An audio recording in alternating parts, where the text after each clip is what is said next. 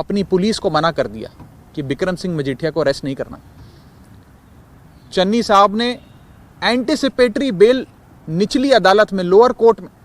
Reject होने के बाद भी बिक्रम सिंह मजीठिया को अरेस्ट नहीं करवाया।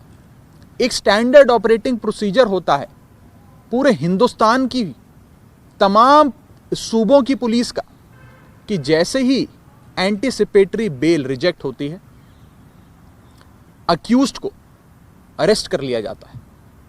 कस्टडी में लिया जाता है। ये एक स्टैंडर्ड ऑपरेटिंग प्रोसीजर होता है, लेकिन उस स्टैंडर्ड ऑपरेटिंग प्रोसीजर को भी फॉलो नहीं किया गया, क्योंकि चन्नी साहब मजीठिया को अरेस्ट नहीं करना चाहते थे। उसके बाद हमने देखा कि कैसे कल चन्नी सरकार ने बिक्रम सिंह मजीठिया की बेल करवाई, और आज बिक्रम सिंह मजीठिया ने खुद अपनी प्रेस कॉन्फ्रेंस में एक बहुत बड़ा खुलासा किया, और उन्होंने कहा कि चीफ मिनिस्टर चन्नी और होम मिनिस्टर सुखी रंधावा, चीफ मिनिस्टर साहब और होम मिनिस्टर साहब दोनों ये जानते थे कि वो कहां हैं, वो जानते थे कि बिक्रम सिंह मजीठिया कहां है, वो जानते थे कि मजीठिया कहां मौजूद है,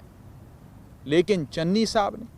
और होम मिनिस्टर रंधावा साहब ने गिरफ्तारी नहीं की। उन्होंने कहा आज अपनी प्रेस कॉन्फ्रेंस में कि पूरी कांग्रेस पार्टी जानती थी, और खास करके चन्नी साहब और रंधावा साहब ये बात जानते थे कि बिक्रम सिंह मजीठिया कहां है, लेकिन उन्होंने गिरफ्तारी नहीं करी।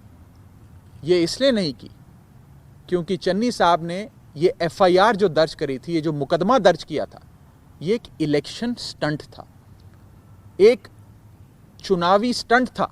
और लोगों की आंख में धूल झोंकने का काम चन्नी सरकार ने किया। असल बात तो ये है कि चन्नी साहब और बादल साहब रल के, मिल के, मैच फिक्सिंग करके अपनी सियासत करते हैं। जैसे चरणजीत सिंह चन्नी साहब के भाई को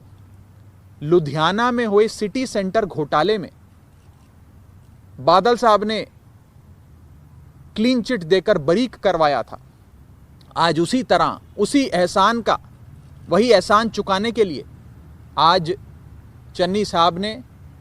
बादल साहब के ब्रदर इन लॉ को राहत दिलवाई,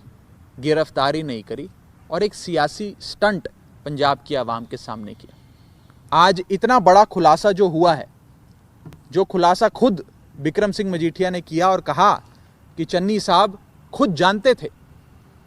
होम मिनिस्टर साहब रंधावा साहब खुद जानते थे कि मैं कहां हूं, लेकिन फिर भी उन्होंने अरेस्ट नहीं किया। ये मंशा साफ कर